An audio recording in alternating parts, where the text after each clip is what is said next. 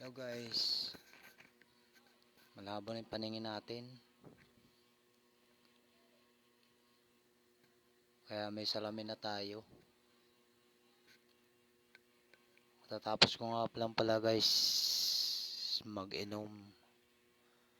Guys, yung aking ininom kagayang kadami na alak tira ko kagabi, yung gin. Bago hindi tayo guys nasiyahan, nagpabili tayo Red Horse, 2 bote.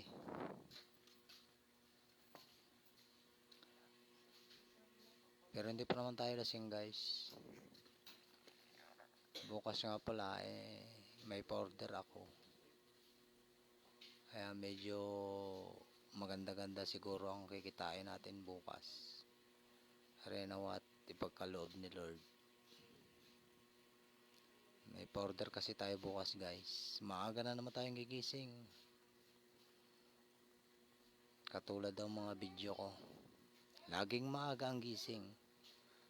Siyempre, kailangan maaga para maaga makatapos, makapaghanap buhay, kumita para sa pamilya. Ganun lang naman ang buhay guys araw-araw. Tulad nga na sinabi natin, pwede magpahinga pero bawal sumuko. Good night guys, hanggang dito na lang at see you tomorrow guys. Bago tayo sa pagising natin mag-good morning naman ako sa inyo.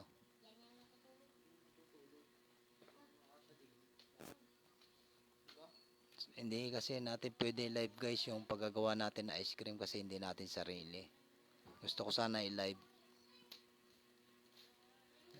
Pagka nagkaroon na lang tayo guys, makikita ninyo kung paano paggagawa ng ice cream. Dati po tinatawag na dirty ice cream pero ngayon po hindi na. Nung una po kasi mano-mano. Mas nakakapagod yung guys yung mano-mano. Kung ako gumigising ng alas 2 na madaling araw, pagka mano-mano hindi lang alas 2. Baka 12 ng ano ba yun? Basta't yun nasa kalagitnaan ng hapon at ng madaling araw. Ano ba tawag doon? Pasensya na kayo guys wala kasi tayo pinag-aralan kaya hindi natin alam yung mga ganun. Ganun guys pagka mano-mano. Kaya sinabing dirty ice cream. Nung araw kasi mano-mano. Talaga yung pawis guys pumapatak sa ice cream. Kaya sinabing dirty ice cream. Pero ngayon po hindi na dirty ice cream ang tawag dapat itawag. Kasi may makina nang gumagawa. Siguro tatawagin na dirty ice cream. Yun na isa naggagawa. At tulad guys sa mga kuko, dapat hindi mahaba yan. Dahil pagka mahaba ang kuko mo, at hindi ka marunong maglinis, papasukan siyempre guys ng dumi. Yan. Siyempre, madumi. Kaya masasabing dirty ice cream. Ganun guys. Ngayon guys, talagang hindi na masasabing dirty. Pero, sa mga kasama kong iba, ako guys talagang pinag-iingatan ko kung aking hanap buhay. Kasi hanap buhay yan. Pag nakitaan ka diyan ng hindi ka aya-aya sa paningin ng ibang tao, hindi ka nila tatangkilikin. Tingnan mo guys yung kuko ko guys tingnan mo. Pudpud na pudpud yan guys. Hindi ko yan pinapahaba. Mapapansin nyo guys, lagi akong pormado. Kailangan din yan sa pagtitinda.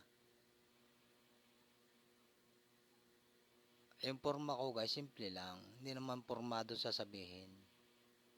Nakasapatos, nakapantalon, naka-jacket. Tingnan nyo guys, yung kamay ko.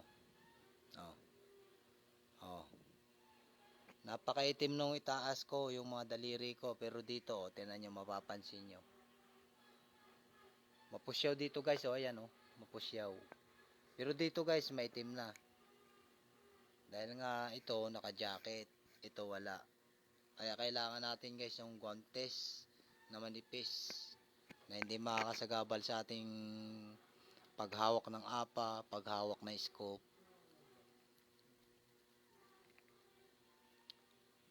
Pag ako guys nagkaroon ng sariling ice creaman, ilalive natin yan. Mula sa paggagawa hanggang sa paglalako. Hindi ko man sinasabi guys ano, baka next year. Hindi rin naman sigurado. Baka na sa susunod 2026 guys, baka sakali. Pero pagka tayo nagkaroon na yan, siyempre naka-live yan. Para makita ninyo kung paano natin bibilhin, kung anong mga proseso. Abangan nyo lang guys. Ito po, baka may magsabi na naman, nagmamayabang tayo. Hindi po tayo nagmamayabang. Gusto ko lang po ma-share yung mga... Kasi, nakakalungkot lang kasing isipin. Sa dami na napapanood natin sa TV. Yung mga nagnanakaw. Mga nahuhuli dahil sa droga. Kalimitan sinasabi nila kasi guys. Nagagawa lang nila yon dahil sa kahirapan. Para sa akin kasi guys, hindi eh. Kasi ako guys, walang-wala ako. Walang-wala ako guys. Kaya nasabi ko na hindi dahilan ang kahirapan. Nasa sayo na yan. Kaya mo ginawa yan, gusto mo. So, nagiging sinungaling na tayo sa sarili natin. Nagkakaroon pa tayo ng pagkakasala sa Panginoon. Yan ang napakasakit isipin. Akala nila malilin lang nila yung alagad ng batas, hindi naman. Kasi para sa akin talaga guys, pag gumawa ka ng krimen, lasing ka man o hindi, kapag ginawa mo isang krimen o isang bagay na labag sa batas, ayan po kagustuhan natin. Kasi bago natin gawin yan, alam na natin kung tama ba yan o mali. Kaya gusto ko lang guys ibahagi doon sa mga katulad ko na mahirap. Ito po, patutunayan ko po sa inyo, hindi dahilan ang pagiging mahirap. Hindi po dahilan ang pagiging mahirap para gumawa tayo ng masama. May panahon pa po tayo para magbago. Alang-alang po kung kayo ay may anak, may asawa, may mga kapatid, may ina, nasamantalang sa akin wala. Apo'y walang-wala.